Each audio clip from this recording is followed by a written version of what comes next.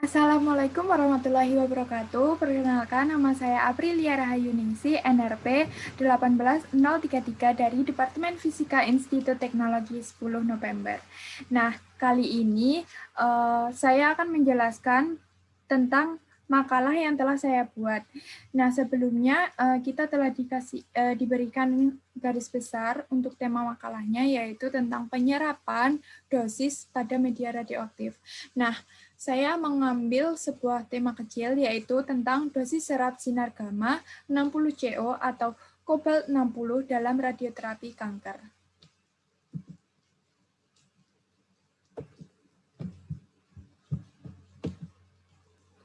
Oke, kenapa saya mengambil judul makalah seperti itu, yaitu dengan dilatar belakangi oleh ini. Prevalensi kanker di Indonesia berdasarkan data Riskesdas tahun 2013 mencapai 1,4% atau sekitar 347.792 orang.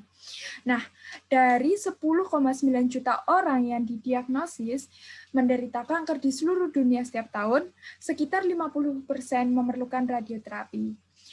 Nah, 60 diantaranya itu diobati dengan kuratif. Keuntungan dari radioterapi ini sendiri yaitu lebih hemat. Terhitung hanya menghabiskan 5% dari jumlah seluruh perawatan kanker. Lanjut ke rumusan masalah. Rumusan masalah yang saya ambil kali ini adalah bagaimana dosis serap sinar gamma 60 CO atau kobalt 60 dalam radioterapi pengobatan kanker.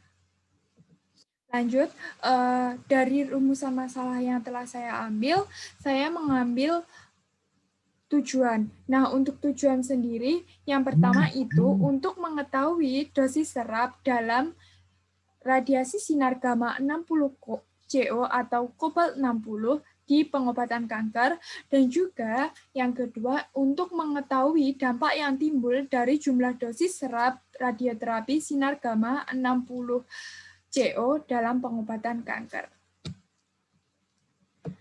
Tentunya dalam penyusunan suatu makalah diperlukannya suatu tinjauan pustaka. Nah, yang pertama itu tinjauan pustaka yang saya buat adalah radioterapi. Radioterapi itu sendiri adalah penyinaran penggunaan sinar laser.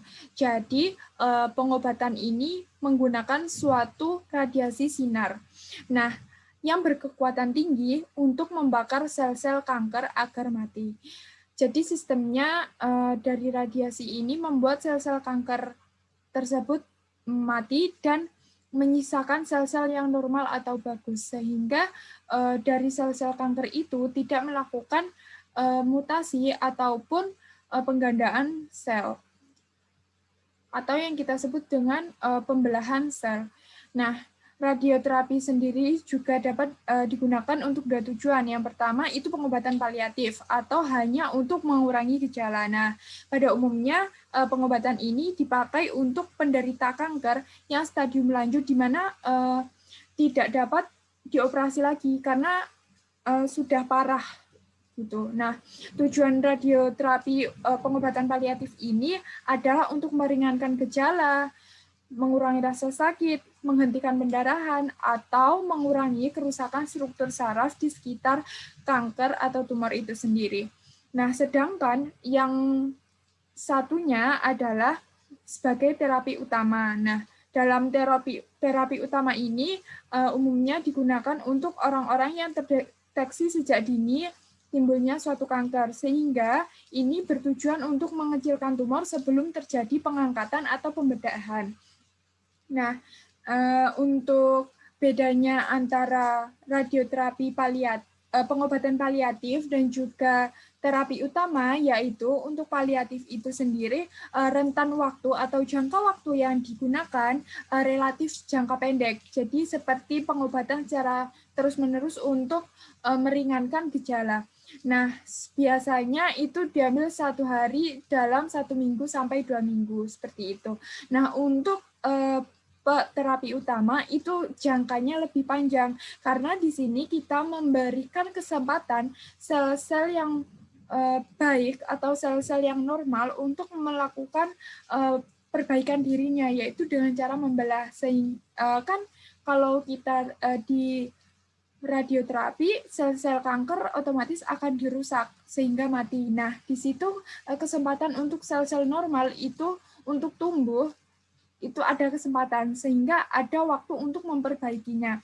Nah, ketika sel tumor atau kanker itu sudah mengecil, maka akan dilakukan pengangkatan seperti itu. Lanjut ke daftar pustaka yang kedua, yaitu sinar gamma 60 CO atau kobalt 60. Nah, 60 CO atau yang telah saya sebutkan, yaitu atau kobalt 60 adalah isotop radioaktif. Nah, di sini merupakan hasil sintetis kobalt dengan waktu paruh 5,2713 tahun. Nah, fungsinya sendiri adalah untuk membunuh sel kanker dengan memancarkan sinar gamma. Tentunya intensitas yang dihasilkan ini akan membunuh sel kanker saja, tidak membunuh beberapa daerah yang mungkin di luar tumor atau kanker itu. Untuk CO60 ini sendiri digunakan sebagai pengganti sinar X. Kenapa digunakan sebagai pengganti sinar X? Karena sinar X itu intensitas sinarnya itu jauh lebih rendah daripada CO60. Nah, dari kobalt 60 sendiri ini itu memiliki kelebihan, yaitu dia dapat menimbulkan kerusakan sebesar mungkin pada jaringan kanker dan sekecil mungkin pada jaringan normal. Lanjut ke dosis serap. Nah, apa sih itu dosis serap? Yaitu dosis yang merupakan ukuran energi yang disimpan. Jadi, ukuran energi yang disimpan atau diserap dalam materi dengan radiasi pengion per satuan massa. Nah, dalam dosis serap ini sendiri, dalam SI itu satuannya adalah Gray, atau yang dapat kita tuliskan G besar Y kecil, seperti itu. Nah, jadi Gray ini atau kita simbolkan sebagai D, nah itu sama dengan E per massa. Jadi E sendiri ini satuannya adalah joule dan massa sendiri satuannya adalah kilogram. Lanjut ke kesimpulan yang saya tarik. Jadi kesimpulan ini menjawab tujuan saya. Jadi dari dosis yang diserap dari radiasi kobalt 60 ini untuk efek sampingnya itu relatif lebih kurang karena dapat kita ketahui bahwa kobalt 60 ini menimbulkan kerusakan sebesar mungkin, namun sekecil mungkin pada jaringan normal. Untuk ke latihan soal. Nah, kan tadi sudah saya sebutkan untuk D itu sama dengan E per M, di mana E dalam joule dan M dalam kilogram. Nah, di sini ada soal seberkas partikel gamma dari kobalt 60 melewati daging dengan mengendapkan 0,3 joule energi di setiap 2 kg daging. Tentukan dosis dalam Gray. Nah, kita ketahui bahwa E-nya adalah 0,3 joule. Nah, di sini perlu kita garis bawahi ya. Di sini sudah joule, maka kita bisa langsung menginputkan dalam 0,3 joule. Langsung kita masukkan ke persamaan. Namun apabila diketahui dalam elektron volt itu berarti harus dirubah, dikonversi terlebih dahulu ke joule. Nah, jadi di sini 0,3 dibagi 2. Nah, untuk dosis serapnya sendiri yaitu 0,15 Gray. Nah, untuk latihan soal yang lebih lengkapnya itu ada di makalah. Demikian presentasi dari saya. Terima kasih. Wassalamualaikum warahmatullahi wabarakatuh.